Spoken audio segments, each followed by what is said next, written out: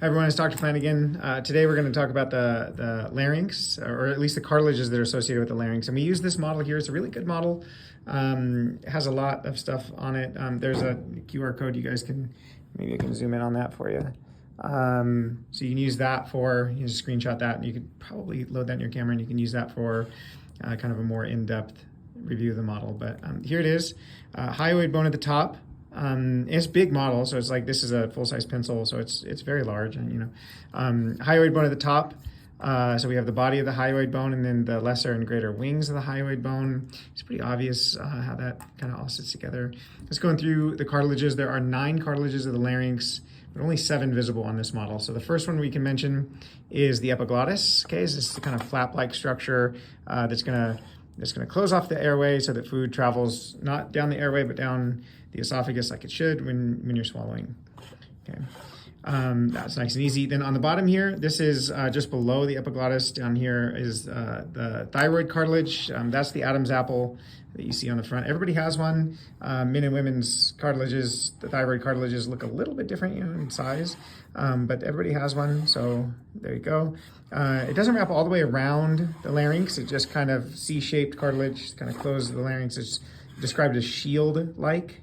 So that's the thyroid cartilage. Okay, kind of moving down here. So thyroid cartilage, and then just below is the cricoid cartilage. So here's our cricoid cartilage. Now the cricoid cartilage is different in that it goes all the way around the entire larynx, and on the back of the larynx, it's much bigger on the posterior side of the larynx, very large, and it provides a connection point for the next 2 cartilages we're going to talk about. Okay, so that is the cricoid cartilage, and then above here, these 2 wing-like cartilages are called the arytenoid or arytenoid cartilages. Google pronunciation says arytenoid, but I've always said arytenoid, either way. Okay, those are the arytenoids.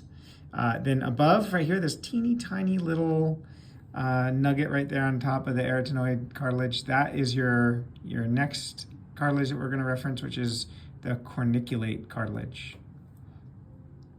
Okay, down below, these are the tracheal cartilages. And there are a bunch of these, so somewhere between 12 and 16 or so, that run the length of the trachea. All right. Now, you might be like, hey, what gives, Flanagan? This is 1, 2, 3, 4, 5, 6, 7, right? Where are the remaining 2?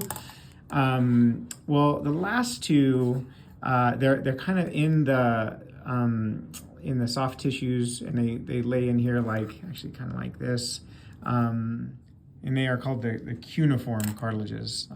So there you go. Those are the cartilages. That's the model. It's a really pretty model. We like to use that model quite a bit.